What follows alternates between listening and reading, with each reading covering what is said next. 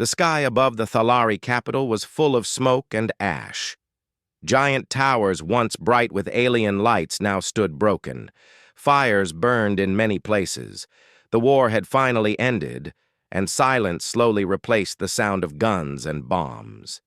Human soldier. Tom walked through the ruins with a slow and careful step. He was tired. His uniform was dusty and torn. His boots crushed small pieces of alien glass as he moved forward. The last battle had finished just hours ago. The Thalari defenses were gone. Their ships had fallen from the sky. Most of the alien soldiers had run or had already been captured. Tom and his team were ordered to search the inner palace for survivors or hidden weapons. But Tom had gotten separated. He now walked alone down a long hall made of blue stone. As he entered the heart of the palace, something strange happened. The air was still warm from the fire, but a cold feeling touched his neck. He stopped at a heavy door. It stood half open. Behind it, the room was quiet. Tom stepped inside slowly. It was a throne room, or at least it had been. Part of the ceiling was broken. A few large stone pillars had fallen across the floor.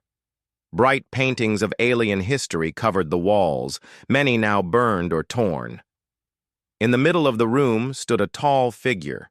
She did not move. She only watched him enter. It was Queen Varel, ruler of the Thalari Empire.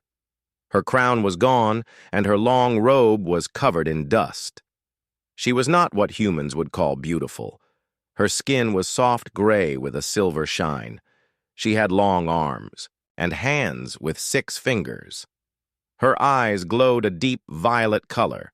She stood proudly but looked tired. Tom raised his rifle halfway.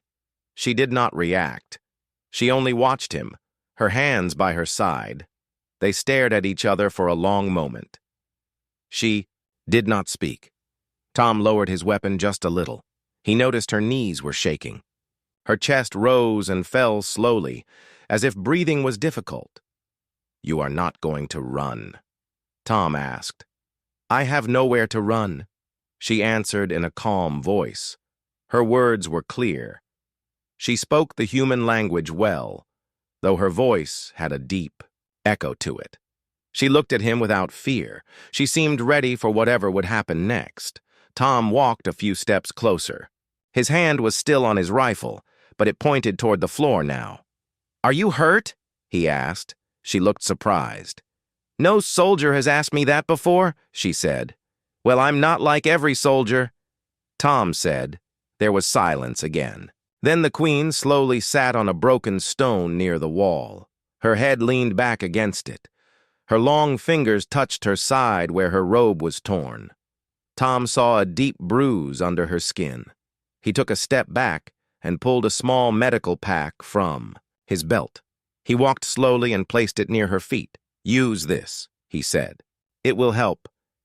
She looked at the pack, then back at him.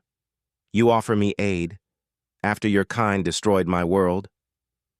"My kind didn't start this war," Tom said, "but I still fought it." "That's true. Maybe helping someone now is a better way to end it." The queen looked down at the medical pack. Her fingers moved slowly as she opened it. She placed a soft patch on her wound. As the medicine started to work, her shoulders relaxed just a little.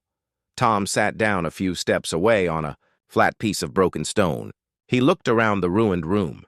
"This place must have been grand once," he said. "It was," she answered. "It held stories of my people's history. Now it holds only smoke." Tom looked at her again. "You're the queen. You stayed behind." "I had to," she said. "A leader cannot flee when the walls fall. I thought I would die here." "But you're still alive," Tom said. "For now," she answered. They sat in quiet again. Outside the room, faint sounds of soldiers moved through the city, but none entered. Tom and Varel remained there in the broken palace, surrounded by ruin. After some time, Varel looked at him again. "You stare at me as if I am something worth saving," she said. "You are," he replied. "I am not human." I am not shaped like your people. I have heard what your kind calls us. Monsters, creatures, beasts. Tom shook his head. I don't see that. I see someone who stood alone when everything fell. I see someone who didn't run. That's not a monster. That's a leader. Virel looked away. For the first time, her voice became softer. You find me beautiful, she said. Why? Tom smiled slightly. Because beauty isn't about skin. It's about courage, kindness, truth. She looked at him again. I am not used to hearing such words from a soldier, especially not from a human. I'm just one man, Tom said, but maybe this is how peace begins, with one person seeing another without fear. The firelight from outside touched the walls. The red and gold colors danced across the stone. Tom sat quietly. He didn't reach for his weapon again. The queen didn't move to escape. In the heart of a ruined palace, a human and an alien queen sat together. The war was over. But something new had begun. Something softer than fire, something more powerful than guns, and it started with a question.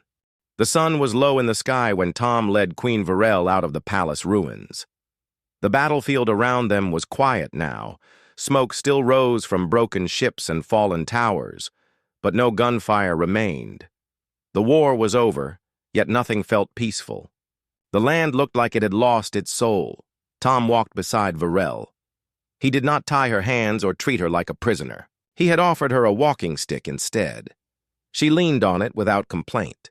Her long robe dragged behind her across the dusty road. Her face stayed calm, but Tom could see the pain in her steps. Why are you helping me? She asked after. A while, you're not my enemy anymore, Tom answered. The war ended. I don't want to treat you like something less than a person. Virel looked around at the fallen buildings. Your people will not feel the same. Maybe, Tom said, but I speak for myself. They reached a small shelter near the edge of the old city. It had been set up by human soldiers during the final week of battle. The others had moved forward now, chasing the last reports of fleeing Thalari.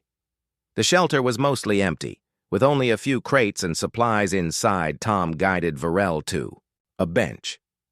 She sat down slowly. He opened a food pack and gave her a small meal. She studied it carefully before tasting it. The mix of grains and dried fruit seemed strange to her, but she ate without complaint. Tom sat on the other side of the room. He took off his helmet and placed it on the table. His short brown hair was wet with sweat. He drank water from his canteen, then leaned back against the wall. I still don't understand you, Virel said. What part? Tom asked. You have won the war. Your leaders should want me captured, or questioned, or locked away. But here you are, feeding me, talking to me. I'm a soldier, Tom said. I follow orders. But I also have a choice in how I treat someone sitting right in front of me. You do not fear me. No, he said. Not now. Virel was quiet for a moment. Her glowing violet eyes looked at him across the room.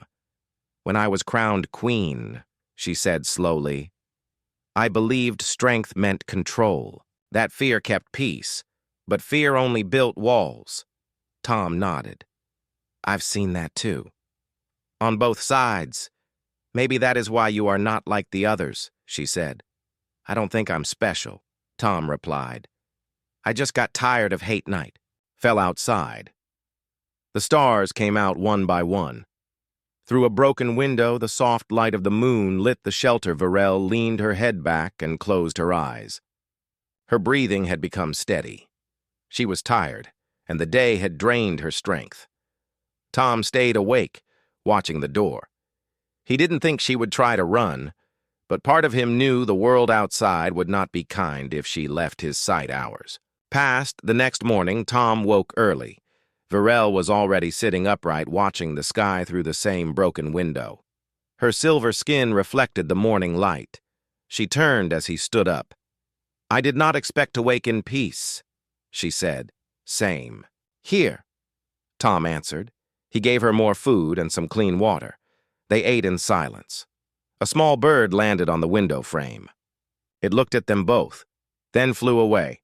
"I have a question," Varel said softly. "Go ahead." "Do you believe in forgiveness?" she asked. Tom took a deep breath. "I believe it's hard, but I think it matters." "Then why do you forgive me?" she said. "My armies destroyed human cities. My ships broke your skies. My orders brought death." "I didn't say I forgot what happened," Tom replied. "But I saw something in you yesterday. You didn't run. You didn't beg. You stayed. And you listened. That's rare." Varel looked down at her hands. Her long fingers curled together. "I spent years seeing humans as nothing but invaders," she said. "Now I sit here and share food with one." "We both lost something in this war," Tom said. "Maybe now we can find something better." Just then, the sound of engines approached. A human scout vehicle rolled into view outside the shelter. 2 soldiers stepped out. One of them was tall and thin. The other was heavy-set with a dark beard. They had rifles slung across their backs. When they saw Varel inside, their eyes grew wide. "Is that her?" the tall one asked. Tom nodded. "She's alive," the other said. "Command will want to know right away." Tom stepped forward. "She's not a threat anymore. She surrendered." "Doesn't matter," the bearded soldier said. "She's the queen. She goes back with us. High security. Chain her if needed." "She's not going in chains," Tom said. The 2 soldiers looked at each other. "You going soft?" the tall one asked. Tom stood firm. "I'm saying she deserves better than that." They radioed the command base. Orders came back quickly.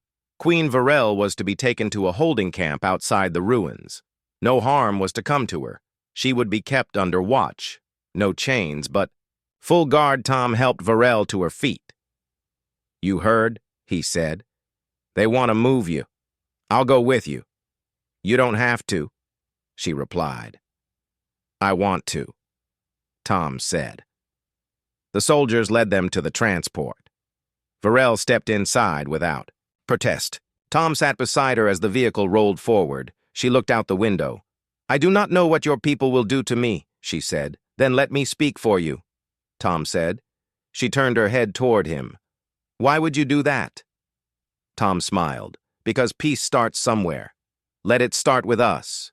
The transport vehicle moved slowly through the ruined city. Smoke still rose from broken towers, but the sounds of battle were gone. Inside the vehicle, Tom sat next to Queen Varel. 2 guards sat across from them. Their rifles rested on their knees, but their eyes never left the queen. Tom noticed how quiet Varel had become. She kept her head low, her glowing violet eyes watching the floor. Her fingers stayed folded in her lap. She didn't speak, and Tom didn't push her to. He understood silence could carry more than fear. Sometimes silence was full of thoughts too heavy for words. They reached the holding camp by late afternoon. It was built outside the city on a wide patch of dry land. There were small metal shelters, fences, and guards at every corner. Most of the camp was empty. The war had ended quickly, and prisoners were few. Tom helped Varel step out. The guards led her to a private unit near the center of the camp. It was not a cell, but it was locked. She would stay there under watch. Tom asked the commander for permission to stay close. The commander allowed it, though he seemed confused by the request. That night, Tom returned to Varel's shelter with food and water. A small heater kept the room warm. There was no bed, only a long bench. Varel sat on it with her back straight and her hands folded.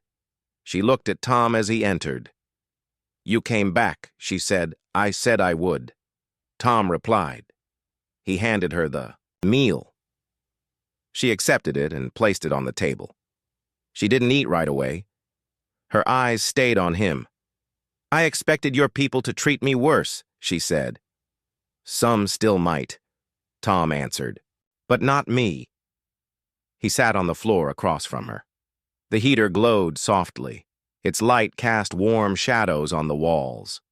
"You keep looking at me like you see something different," Varel said.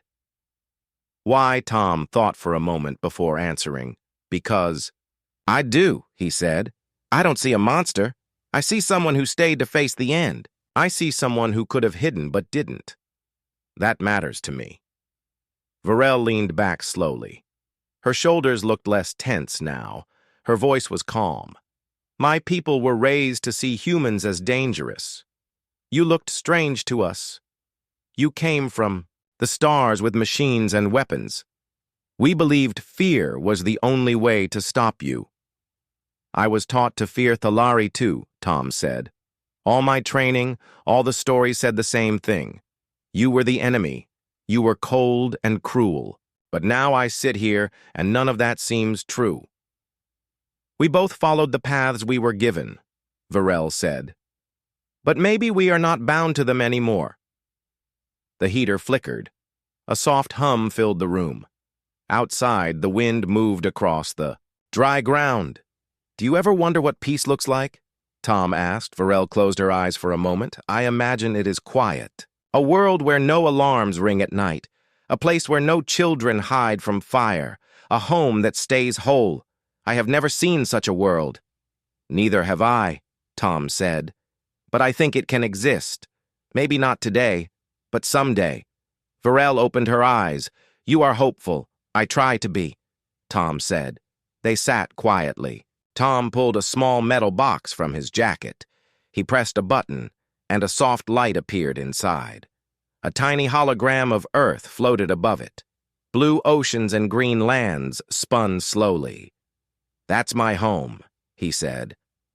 "I haven't seen it in 2 years." Varel looked at the image with interest. "It is beautiful," she said. "Your world was too." Tom replied. Varel smiled slightly. It was the first time he had seen that expression on her face. It was not wide or bright, but it was real. It made her look younger, less like a ruler and more like someone who wanted to be understood. "Tell me something," she said. "Your people speak of beauty, but you have looked at me more kindly than anyone. I am not shaped like you. My eyes glow. My skin is cold. To humans, I am not beautiful. So why do you look at me that way?" Tom looked at her across the soft firelight. His voice was quiet but steady, because beauty is not only what we see, it's what we do, how we carry pain, how we choose peace over hate. You stayed when you could have escaped. You sat with me instead of running. That is beautiful to me." Varel lowered her eyes. She touched her arm slowly, as if trying to understand his words. "I never expected such kindness from a human soldier," she said. "And I never expected to share a fire with an alien queen," Tom replied. "But here we are." Varel reached for the meal he brought and took a bite. The food was still strange to her, but she ate quietly. When she was done, she set the tray aside and looked at him again. "You have changed how I see your kind," she said. "Maybe there is more to your world than I believed." "There's more to yours too," Tom said. "You just showed me that." Outside, the wind blew stronger. The guards walked their rounds, unaware of the quiet moment inside the shelter too. Leaders from 2 worlds sat across from each other. They had lost armies and cities. They had seen the worst of war. But in that small space, with soft firelight and simple words, they found something else. Not friendship yet, not peace in full, but something close a beginning. The days passed slowly inside the holding camp. Each morning, Tom brought food and checked on Queen Varel. The guards watched him but said nothing. They did not understand why he stayed near her shelter. Some whispered that he had lost his mind. Others believed he was just doing his duty. Tom didn't care what they thought. He had seen something different in Varel. She was not a monster. She was not cold or cruel. She was quiet, thoughtful, and broken in a way only someone strong could be. Varel spent most of her time sitting by the window. The view was empty. Just dry land, a few machines, and fences that stretched across the camp. But she sat there every day, as if waiting for something. One morning, Tom found her standing instead of sitting. She faced the wall where a thin beam of sunlight had made a small patch of warmth. Her robe had been washed and folded neatly. Her posture was tall again, like a leader who still had pride. "You look stronger today," Tom said as he stepped inside. "I woke early," she replied. "I dreamed of the Crystal Hall. It was the heart of our culture. We gathered there during celebrations. Music would fill the air. The walls would glow with soft colors. It no longer exists, but in my dream it was still there." Tom sat down on the bench. "Do dreams make it harder or easier?" "Both," she said. "They remind me of what was, but they also show me what could be again." He nodded. "Some of the cities on Earth were destroyed during early wars. My grandfather used to say we had to remember what we lost, not just rebuild it." "You speak like someone who carries memory with care," Varel said. "Maybe that's why I stayed here," Tom replied. "I didn't want you to feel forgotten." She turned to him. Her eyes were not glowing as bright now, but they were calm. "Do you believe peace can be real?" she asked. "I think it starts with people," Tom answered.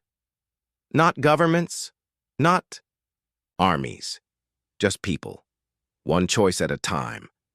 Varel walked over and sat across from him.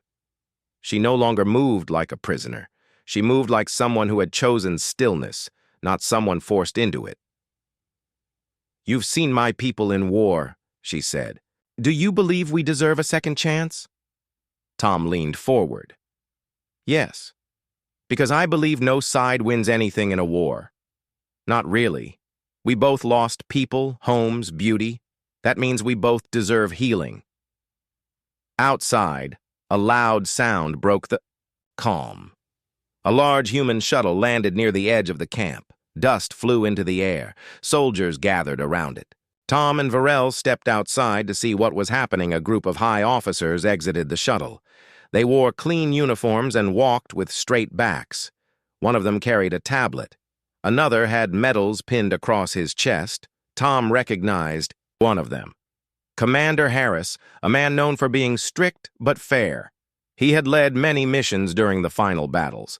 His eyes moved across the camp until they stopped on Varel. "That's her," he said. "The Thalari Queen." Tom stepped forward. She surrendered peacefully. "She's been calm and cooperative. She's still a key figure in this war," Harris said. "Command wants her moved to a secure facility." "Why?" Tom asked. "She holds knowledge, maybe secrets, maybe locations of hidden fleets. She will be questioned by specialists." Tom shook his head. "She already spoke with me. She gave no signs of hidden plans. She wants peace." Harris narrowed his eyes. "You've grown too close to her. This is not your call, soldier." "With respect." "Sir," Tom said, "I've spent time with her. She's not a threat anymore." "That's not for you to decide," Harris said. "Orders are orders. She leaves within the hour." The soldiers moved toward Varel. She didn't resist. Her hand stayed by her side. Her face showed no fear. Tom turned to her. "I'm sorry. I tried." "You did more than I expected," Varel said. "You treated me like a voice, not a shadow. That will stay with me." Two guards led her toward the shuttle. Tom watched them go. Something inside him tightened. He didn't want the connection to end this way. Not in silence. Not under cold lights and metal doors. As the shuttle began to rise, Varel looked down through the small window. Tom stood below, looking up. Their eyes met one last time. She raised her hand slowly, not as a wave, just a simple gesture of goodbye. Tom didn't move. He only watched until the ship vanished into the sky later that night. Tom sat alone in her empty shelter. The heater still glowed. Her robe still hung near the door. The room felt colder now. He took out the small hologram projector again. Earth spun slowly above it. "I don't know if they'll listen to you," he said quietly. "But I'll make sure someone listens to me." Outside, the wind picked up. The flags at the camp gates flapped gently. The guards walked past without, noticing him. Tom stared at the stars above the fence. Varel had lost her throne. Her palace was broken. Her people were scattered. But she still carried herself like a queen. And in her silence, she had spoken more truth than most leaders he had. He stood up and walked toward the command tent. He had a message to send. Tom stood outside the command tent, his hands tight at his sides. The sky above was filled with quiet stars. Somewhere up there, the shuttle carrying Queen Varel was heading to a base far away. He didn't know what they would do to her. He only knew that he could not let her be forgotten. Inside the tent, Commander Harris sat at a long table, speaking with two officers through a screen. Their faces looked sharp, filled with cold focus. Maps and data covered the table. Everything felt clean, controlled. Official Tom cleared his throat. "Permission to speak, sir." Commander Harris looked up. "Make it quick, soldier. I need to send a report directly to Earth Command," Tom said. Harris raised an eyebrow. "Why?" "I believe Queen Varel should be treated as a guest, not a prisoner," Tom said. "She wants peace. I've seen it with my own eyes." "Peace doesn't erase a war," one of the officers on the screen said. "She led the Thalari. Our cities burned because of her. She stayed behind when everyone else ran," Tom said. "She helped no one escape. She didn't order the final strikes. She surrendered without a fight." "That means something." Harris leaned forward. "Soldier, I know you've spent time with her. That connection may have clouded your thinking." "With respect, sir," Tom replied, "I haven't lost my mind. I've seen more battles than I can count. I know what an enemy looks like, and I know what a leader looks like when they're trying to change." The room went quiet for a moment. Then Harris gave a short nod. "Fine. You want to send a report? Do it. But don't expect results. Earth Command doesn't change course for one soldier's opinion." "I understand," Tom said. He stepped out of the tent and walked to the small communication station near the edge of the camp. He sat down, opened the terminal, and began to type. His fingers moved slowly at first, but his message soon grew clear and steady. He wrote about what he had seen during those days with Varel. He wrote about the way she spoke, the way she listened, the questions she asked. He wrote about how she stayed in the palace when she could have run. He didn't hide the truth about the war, but he explained why he believed she should be part of building something new. He ended the report with a single sentence: "Peace does not grow in silence. It grows when someone chooses to see a former enemy as more than a memory of war." He sent the message and waited. 2 days passed. Tom continued his duties in the camp. He trained new recruits, checked supply crates, and stood watch on the east fence. But part of his mind stayed on the skies. He kept checking the terminal, waiting for a reply. On the third morning, the screen flashed with a new message. It was from Earth Command. Tom opened it and read slowly. The message was short, but clear. "Your report has been reviewed. The Queen will be moved to a diplomatic station. She will be treated with respect. Further talks are being considered. You may be present." Tom read the message twice, then a third time. He could hardly believe it. He ran to Commander Harris and handed him the screen. Harris read it with a stiff face. "They're giving her a voice," Tom said. "They're giving her a chance," Harris replied. "You did something rare, soldier. You made someone listen." By evening, a new shuttle had arrived. This one was smaller, cleaner, and marked with the symbol of the Earth Peace Council. It landed softly just beyond the fences. Tom was given clearance to board it inside. The shuttle was quiet and warm. He sat near the back, alone. After a few minutes, the door opened, and Queen Varel stepped inside. She wore a simple white robe now. Her hands were free. No guards followed her. Her eyes met Tom's as she walked toward him. "I heard someone spoke for me," she said. Tom stood up. I sent a report. I told them what I saw in you. I told them you wanted peace. They believed you. They listened, Tom said. And that's a start. She looked around the shuttle. This does not feel like a prison. It's not, Tom said. You're going to a council base. They want to talk. They want to hear you. Varel sat down beside him. For a long time, neither of them spoke. The shuttle rose into the sky, leaving the old camp behind. Through the window, the land below looked smaller. The broken cities, the burned ships, the scars of war faded into distance. Tom looked at Varel. She sat tall, her hands folded in her lap, her eyes on the stars. I still wonder why you did all this, she said quietly. Because you gave me a reason, Tom answered. You could have been cruel, but you chose kindness. That's not weakness. That's strength. And I believed others needed to see that too. Varel turned toward him. Her eyes held a soft glow now. In my world, beauty was always measured by shape and form. I never thought kindness could be seen as beauty. It is to me, Tom said. They sat in calm silence as the shuttle moved through the stars. Ahead of them waited questions, meetings, and long talks. Nothing was certain, but they were not going there as enemies. They were going as voices of change, and that in itself was a beginning. The shuttle floated gently above the clouds before landing on the smooth platform of the Earth Peace Council base.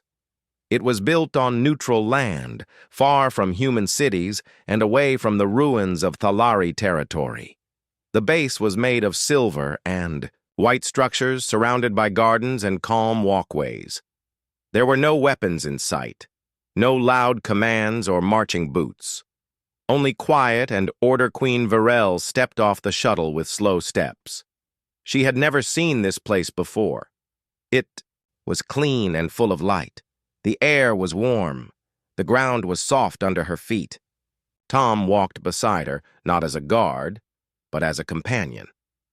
They were greeted by a group of peace officers dressed in blue uniforms. Their faces were calm and respectful. A woman named Director Ellen led them into the main hall. She was tall, with silver hair, and spoke with care. "We have read your report, Soldier Tom," she said. "It has reached not just Earth leaders, but other allied species as well. Your voice made us stop and listen."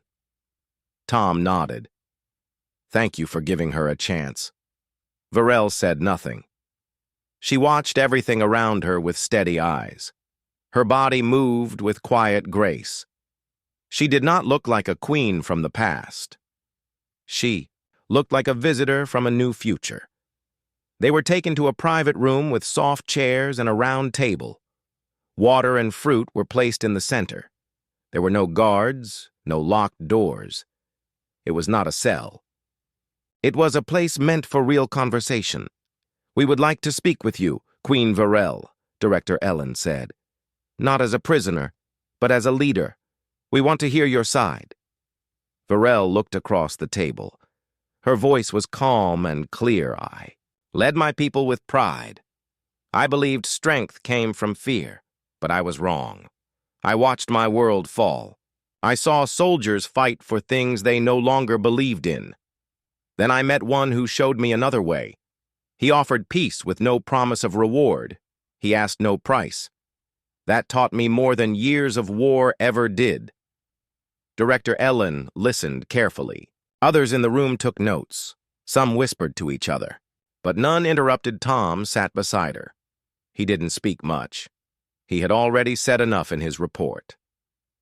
Now it was Varel's turn to be heard. Hours passed. More meetings were held. Historians, advisors, and science leaders joined the talks. They asked about the Thalari language, culture, and history. Varel answered with patience. She explained what had led to the war. She admitted to mistakes. But she also spoke of how her people had suffered. Tom watched the faces around the table slowly change. Doubt turned to thought. Thought turned to interest. When the talks ended for the day, Varel was taken to a guest room. It had a soft bed, warm lights, and books on a table. Tom stayed in the room next to hers. He stood on the balcony that night, looking at the stars. He didn't know what would happen next. But he felt something had changed, not just in the council, but inside Varel, too. She no longer looked like someone holding pain alone. She looked like someone learning how to move forward.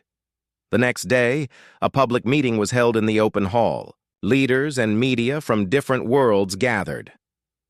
Tom stood near the edge of the stage while Varel walked to the center. She spoke again, not as a queen holding power, but as someone who had lost much and still stood. We cannot return the dead. We cannot rebuild what has turned to ash. But we can choose to stop letting hate guide us. I came here not to ask for forgiveness, but to offer a hand. Not all of my people will understand this, but someone must take the first step. Let it be me. When she stepped down, the hall was silent. Then came soft claps. A few, then more. Not all, but enough to show that something had begun. Later that night, Tom and Varel sat in the garden under the open sky. Lights glowed in the trees. A soft wind passed between them. You were brave today, Tom said. I was afraid, Varel replied. But I thought of what you told me. That peace begins with people. I wanted to be one of them. You were more than that, Tom said. You were a voice that others didn't expect to hear, and you spoke with truth. She turned to him. Why did you fight so hard for me? She asked. Tom smiled. Because you mattered, and because no one else saw it until I did. If I stayed silent, I would have failed both of us. She looked down for a moment. Her hands rested in her lap. Then she looked back at him. I still wonder why you say I'm beautiful, she said. Because I saw your strength when you had no power left, Tom said. Because you stood alone, but never turned bitter. That's what I see when I look at you. She didn't reply. But she smiled, softly and quietly. A real smile. They sat in silence for a while, not out of fear, but out of peace. The stars above were the same ones they had both seen from different skies. Now they shared the same place under them. Tomorrow there would be more talks, more questions, more work to build what had been broken. But for now, in that calm garden, a soldier and a queen sat side by side, and for the first time since the war began, the future felt possible. Weeks passed after the Peace Council meeting. The message from Queen Varel spread across different planets. Some people welcomed her words. Others remained unsure. Not everyone forgot the past so easily, but a beginning had been made, and it could not be erased. Queen Varel stayed on Earth as a guest, not a prisoner. The council offered her a quiet place near the coast, surrounded by trees and open skies. It was a peaceful home, far from warships and thrones. She no longer wore her crown. She wore simple clothes. She walked among people without fear. Tom visited her often. He brought books, old Earth music, and updates from the council. They sat by the shore and watched the waves. Sometimes they talked. Sometimes they just listened to the world around them. One morning, Tom brought her something different. It was a small case made of dark wood. Inside it was a necklace. It held a blue crystal shaped like a star. Varel looked at it for a long time. What is this for? She asked. It's something from my family, Tom said. My grandmother gave it to me when I joined the army. She told me to pass it on to someone who changed my life. So I'm giving it to you. Varel touched the crystal gently. It is beautiful. So are you, Tom said without hesitation. She smiled, not with pride, but with warmth. I used to think beauty was about perfect skin or a flawless body. But I understand now. You saw something in me I didn't see in myself. Tom nodded. Beauty is not always about appearance. It's about who you are when everything else is gone. You stood when others would have fallen. You changed your path when no one expected you to. Varel looked toward the ocean. The waves moved slowly. Birds flew across the sky. "I want to go back," she said. "Not to lead, but to help rebuild. My people are lost. Many are scared. If they see me walk a different road, maybe they'll follow." "They will," Tom said. "They need someone to show them it's possible." Varel stood up and looked at him. "Will you come with me?" Tom didn't answer right away. He had served as a soldier for many years. He had seen cities fall, friends disappear, leaders break under pressure. He had never imagined he would walk beside the queen of a former enemy. But now the choice felt right. "Yes," he said, "I'll come." The next day, the shuttle lifted off Earth and entered open space. It carried only 2 passengers, a human soldier and an alien queen. The journey was quiet. No fanfare, no parade, just a mission of peace. When they reached the Thalari border, they were met by a patrol ship. The soldiers on board recognized the queen, but they were confused by the presence of a human beside her. Varel explained everything in her own words. She did not hide the truth. She did not use power or threats. At first, the soldiers were silent. Then one of them, a young commander, stepped forward. "We thought you were dead," he said. "I was," Varel replied. "But someone gave me a second life. I have come back not to rule, but to rebuild." The commander hesitated, then gave a slow nod. "You are welcome among us, if you come in peace." They were allowed to pass. Back on the surface of Thalara, the capital city was still in ruins. Buildings stood broken. Roads were cracked. But the people were alive. They gathered in the streets when the queen returned. At first, they looked at her with doubt. Some whispered. Others stepped back. But then they saw her walk with no crown, no guards, and a human at her side. She stood on the stone platform where she once gave orders of war. This time, her voice was calm. "We lost more than a war," she said. "We lost ourselves. I speak now as someone who has seen both victory and defeat. We can stay in the ruins, or we can build again. I have chosen to build. Will you?" The silence was long. But then a woman stepped forward and placed her hand on her heart. Then a man did the same. One by one, others followed. They didn't cheer. They didn't bow. They stood as equals, ready to begin again. Tom helped where he could. He repaired walls, planted seeds, and taught what he knew about Earth systems. He never gave orders. He worked beside them like a neighbor. Children followed him through the streets, curious and unafraid. Time passed. The city began to change.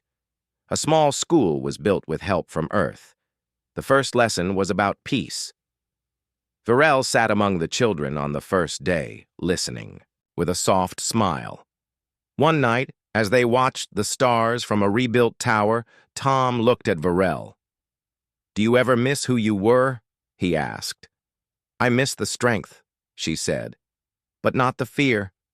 I feel lighter now, like I can finally breathe." "You gave that to your people," Tom said, "and to me." She looked at him with quiet eyes. "You gave it to me first," she said. They sat together, not as human and alien, not as soldier and queen, but simply as 2 people who had chosen to change. The war had ended. The pain was not forgotten, but something stronger had taken its place. Hope.